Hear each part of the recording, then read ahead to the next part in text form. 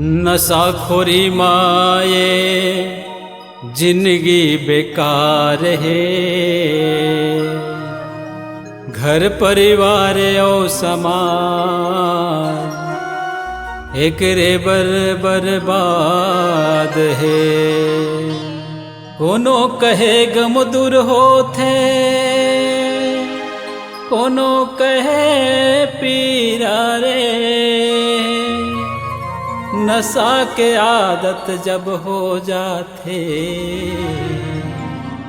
जीवन है अंधेरा रे। पढ़ना लिखना ही सार है, जीवन सरल बनाना है।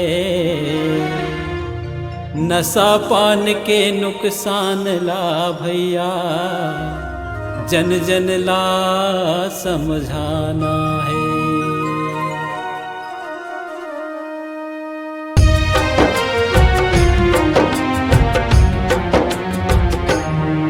दारू मुर्गा माँ भुलाए रे, परिवार कैसे चले।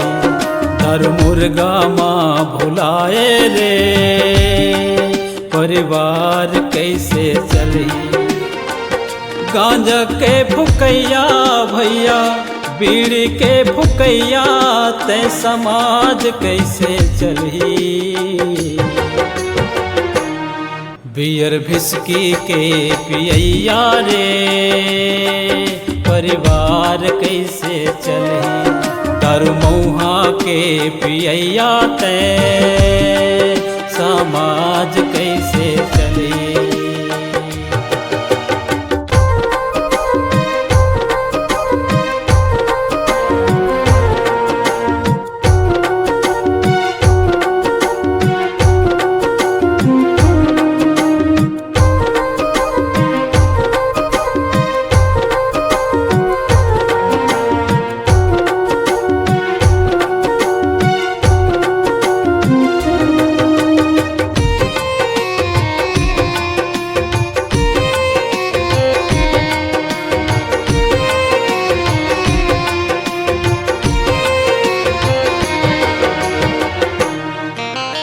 नशा नाश के जड़ हावे, धन दौलत हासिरागे। कुसंगत माँ संगी तोर, बुद्धि घलो हजागे।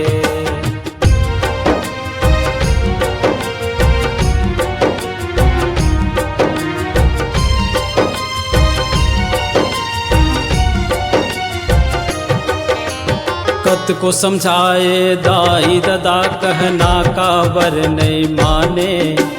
किडनी लीवर खराब हो जाही, तन्हा तोर सुखागे। किडनी लीवर खराब हो जाही, तन्हा तोर सुखागे।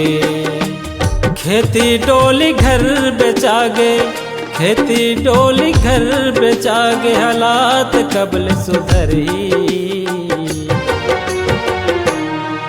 दारू मऊहा के पियैया ते समाज कैसे चले। गांजा दारू माँ भुलाए रे, समाज कैसे चले।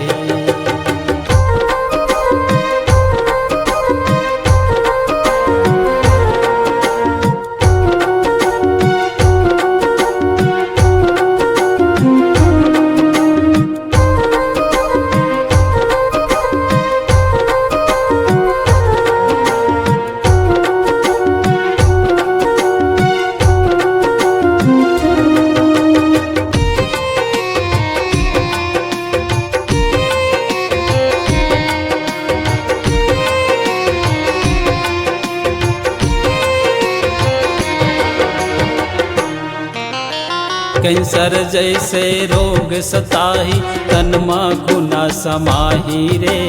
समय के रहत लचेत जाल, तो फिर पाछू पछतावे रे।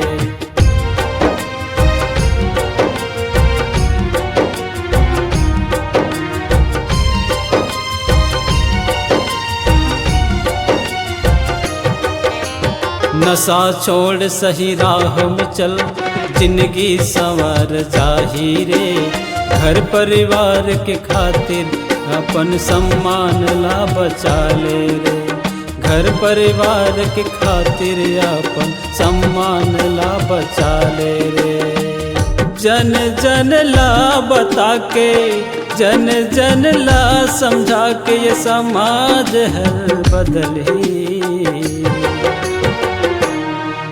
दारू मुर्गा माँ भुलाए रे, परिवार कैसे चले।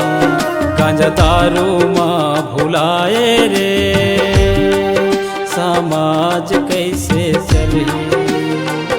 गांजा के फुकैया भैया, बीड़ी के फुकैया, ते समाज कैसे चली। बियर भिस्की के पियैया रे, समाज कैसे चले।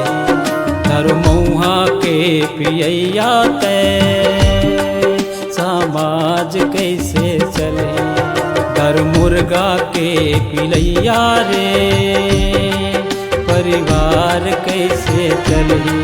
गांजा बीड़ी के फुकैया रे, समाज कैसे चले। बियर बिस्की के पियैया रे, परिवार